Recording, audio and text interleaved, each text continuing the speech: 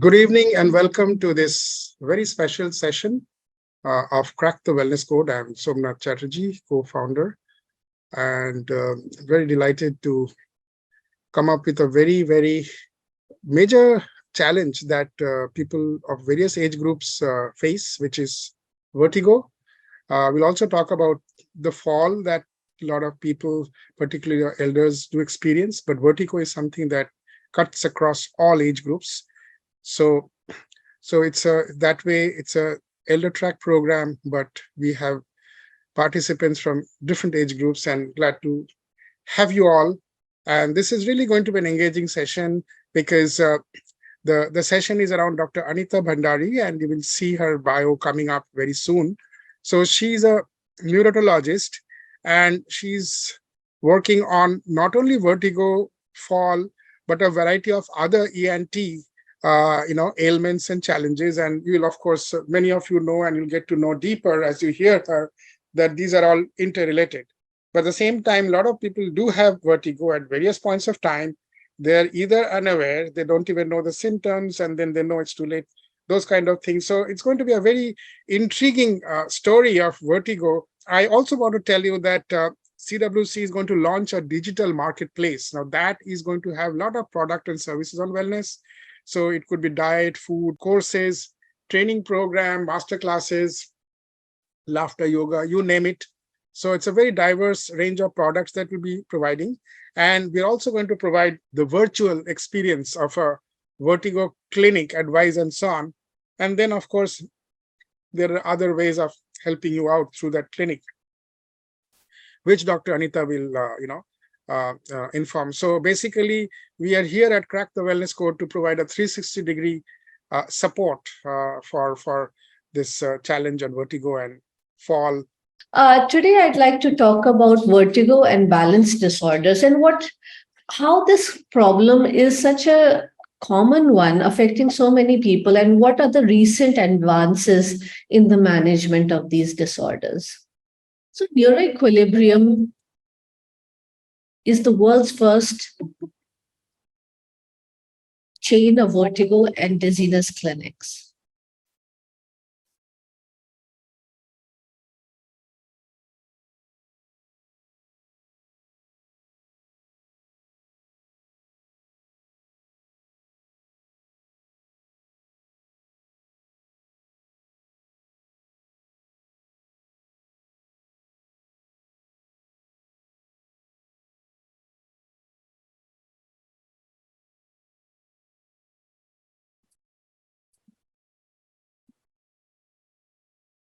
So I'm just showing some of the equipment which are in the clinics through which we evaluate different parts of the balance system. This looks very interesting, Dr. Anita. I'm sure you're going to explain the participants well. Absolutely. I'll just talk about how this is very interesting. Yeah. A very thorough history taking, followed by test, and then work with the customized treatment, provide rehabilitation, and even virtual reality based rehab, in clinic rehab. I'll be talking about all of that. So, Dr. Anita, you are also an innovator. You have 7 patents for devices and solutions, right? So we would also like to hear from you, what are some of these innovations that you have made as you go across? So I just want to tell the participants that you are also an innovator. So that's really heartening to see how you're trying to put so many things together to solve this problem. Right. So what is the magnitude of the problem? Vertigo, dizziness, and balance disorders affect around 15% of people globally, and about 4% of all emergency room visits in developed countries are because of vertigo and dizziness. So when we put that at 4 million people all through the year visit the emergency, and the estimated cost in the US alone is about $150 billion. So when we extrapolate those same figures onto a large population like India, we have over 180 million people who have balance problems. So it's a huge problem. And also, this problem increases with increasing age. Now let us understand why does it happen. The inner ear has two functions. The cochlea, we know that the hearing, of course, is so important for the ear, but it also has the function of balance, which is controlled by the vestibular labyrinth. And the inner ear is actually a motion sensor. Sound is high frequencies, but low frequency movements is then sensed by the vestibular labyrinth. Now, the balance reflex is actually the fastest reflex of the body at the speed of 7 milliseconds. And to actually understand what this speed means is that if I were to present a target and move my eyes to that, it takes me 75 milliseconds to reach that, to perform that function. But the balance system is like 10 times faster. And that is how we are able to control ourselves and balance ourselves in all kinds of environments and situations and ensure that we stay erect. Now, why do we need these two sense organs? Why are our two ears, two eyes so important? So for the eyes, you'll understand it gives us an in-depth visual field, a three-dimensional picture. Similarly, the two ears, the hearing allows us to have a directional component. If you have only one ear, you cannot tell where the sound is coming from. Similarly, for the two balance organs, it gives us a three-dimensional control of the body and able to focus when we move. So you can see that the head stabilization, postural control, a sensory orientation, and perception of position is all controlled by the balance system. And when things go wrong, they go horribly wrong. And falls are an important morbidity caused by imbalance and vertigo. And there is, as the age increases, it has been said over 65 years, there is an increased chance of by 30% to have a fall. And over 75, it increases to almost 40%. Also, previous fallers have almost a 66% chance of falling in the subsequent year. So if you had a fall, you are more at risk of falling again. And this fear of falling is actually very, very, it shakes the confidence of the person. They restrict their activities. They often go into isolation. So neuroequilibrium, as I said, is the world's first chain of vertigo, dizziness, and balance disorder clinics. We founded this, my husband, Rajesh Bhandari, who's an engineer, and I, being in the field of vertigo, we saw that there was a huge lacuna in this field and very few specialists actually working in this. And that's how we got into this. And now we have clinics across several countries. We have 175 clinics in over 175 in India, along with countries like Kenya, Cyprus, Bangladesh, Kazakhstan, Iraq, etc. And we are growing. What we are doing in this endeavor is to provide remote diagnosis and treatment of vertigo and dizziness. Basically, we're trying to democratize the specialist care across a larger population because there are very few specialists in the field. And the highlights of our system is that we have developed vestibular diagnostic equipment, which are all connected, talking to each other, along with a remote diagnosis platform. All the reports, the recordings, the graphs are all uploaded onto are on the AWS cloud server, and we have an integrated clinical decision support system to help us evaluate these patients. So the traditional way of telemedicine was that the patient would be on a telephone or a video call with the consultant. But in our remote tech diagnostic platform, what we have is that the doctor sees their own patients, but then they're all referred to a clinic where the tests are done. And then through the neuroequilibrium remote diagnostic platform through the cloud, tests, history, reports, all are evaluated by the super specialist doctors at the back end. And then they analyze all the reports, and with the help of technology in the form of an expert system, machine learning, computer vision, and natural language processing, we are able to enhance the skills of those super specialists and be able to provide a clinical interpretation and whatever treatment managements are required back to the local doctor.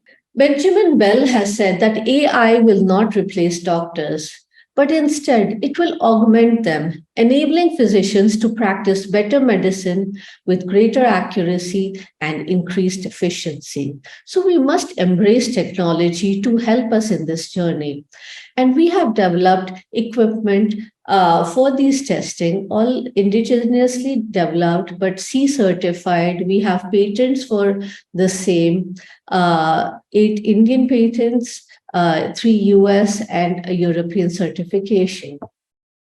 So the presentation to the doctor can be in different ways. The descriptions can be different. It can be dizziness, unsteadiness, a sense of falling or actually having falls, and things like that. And then we need to be able to go through different steps from a detailed history, followed by diagnostic test, and then be able to reach a differential diagnosis in the form of what is actually happening for us to decide how to manage this patient. So history is always the most important because for us, a dizzy patient is a matter of concern. Because the cause could be due to many causes. It could be related to the brain, to the inner ear. It could have systemic inputs, or could also have a functional, that means related to the psychology or the psychiatry of the patient. So this is just a list of some of the common causes of vertigo and dizziness, and we need to be able to differentiate amongst them. Amongst all these causes, the inner ear is responsible for up to 60%, but it can be multifactorial. So it could be a stroke. Vertigo imbalance can be one of the first symptoms of an impending stroke. It could be due to cognitive decline. As age increases, different diseases also set in. So polypharmacy, different drugs, drug interactions, fluctuating blood pressure, all of these have can affect the whole balance function. And when we talk about diabetes, how it affects the eyes, the nerves, the brain, the heart, the feet, all can affect our balance. So we need to be able to understand what actually is happening. Now, vertigo is just more than, you could say, chakkar, as we say in Hindi, or it's actually, these patients feel that they've aged because they slow down. They have to basically be more controlled and more aware of their environment. They are unable to multitask. And because of the fear of falls, loss of confidence, they often go into a social withdrawal. Let's talk about some of the common causes of vertigo. BPPV is one of the commonest causes, and this is because of a mechanical disorder of the inner ear where crystals get dislodged and get stuck in the wrong place. And by identifying where those crystals are, we are able to perform some simple exercises, which, if done in the correct way, can magically treat these patients. So here you can see a simulation of the inner ear on the right side, and the yellow ball represents a crystal which is stuck in the inner ear. Now, by doing this kind of an exercise, in this case, I'm demonstrating this Epley maneuver, we are able to guide that crystal out of the canal by doing different steps, moving the body and the head in different ways to be able to bring it out. BPPV is actually one of the commonest causes of vertigo, and these patients feel that they feel a spinning on getting up from bed, turning in bed, and it often starts first thing in the morning. It's very scary, and people often think that they're having a stroke, but actually it's a common inner ear disease which is causing it, and it can be treated very easily. We have various publications on this disorder, and I've actually written a book on benign paroxysmal positional vertigo. We've also developed this kind of a guidance system which is put on the patient's head, and even we can help people remotely perform these maneuvers in a correct way as well. Besides the inner ear sensors, the balance nerves themselves can also be affected by various disorders, and we call them unilateral or bilateral peripheral vestibulopathies. These patients need vestibular rehabilitation. But the important thing to remember here is that the rehabilitation has to be customized according to the needs of the patient, the severity of the problem, and other comorbidities.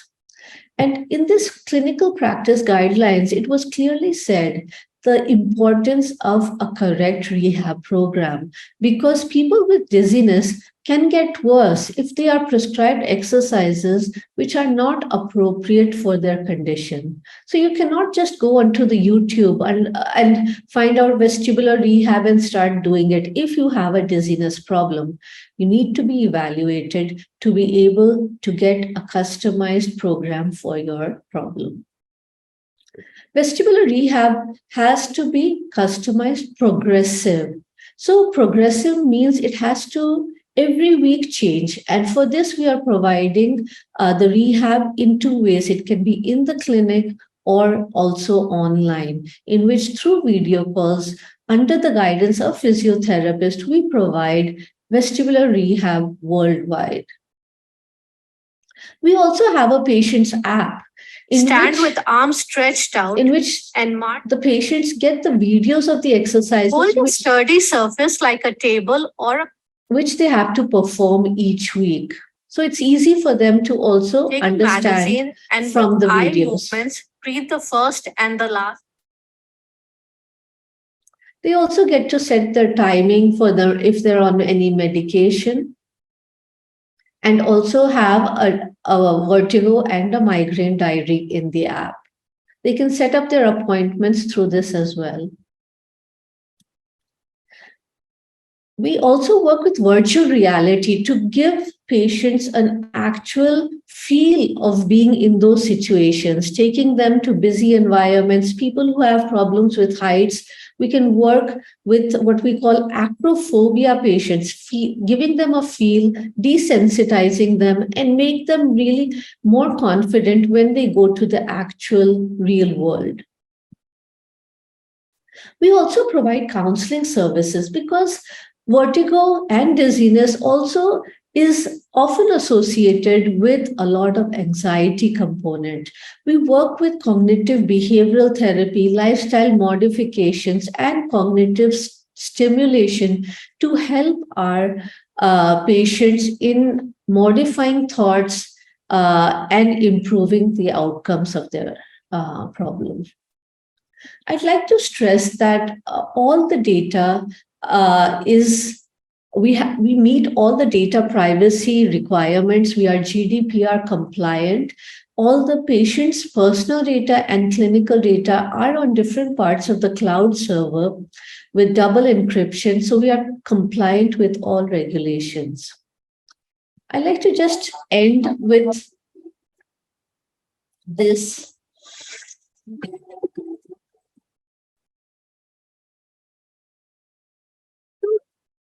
These robots who could actually perform human-like activities required a lot of technology, and every step we take is actually a controlled fall. We need all our senses are from the proprioceptives, the muscles of our legs and feet, to the inner ear, to our eyes, and then final control by the brain to be able to perform all these activities which we do in an everyday way. And any problem in any area can affect this and cause problems. So thank you so much. And I'd be happy to answer any questions you have. Basically, the mission of neuroequilibrium is to treat 1 million patients, to get our outreach as far and to help as many people as we can, because see, it all started with my mother has this problem, and many years ago, even though I was a doctor, I was in the field of ENT, but somehow I never got a proper solution. I would always get suppressants. Oh, you have a spell, why don't you just take this, why don't you just take this? It would be okay in a temporary way, but it was not a long term treatment. And that is when I realized there are so many patients who are not being treated, who need help. And this is how we got into the field of neuroequilibrium, trying to help people across the world.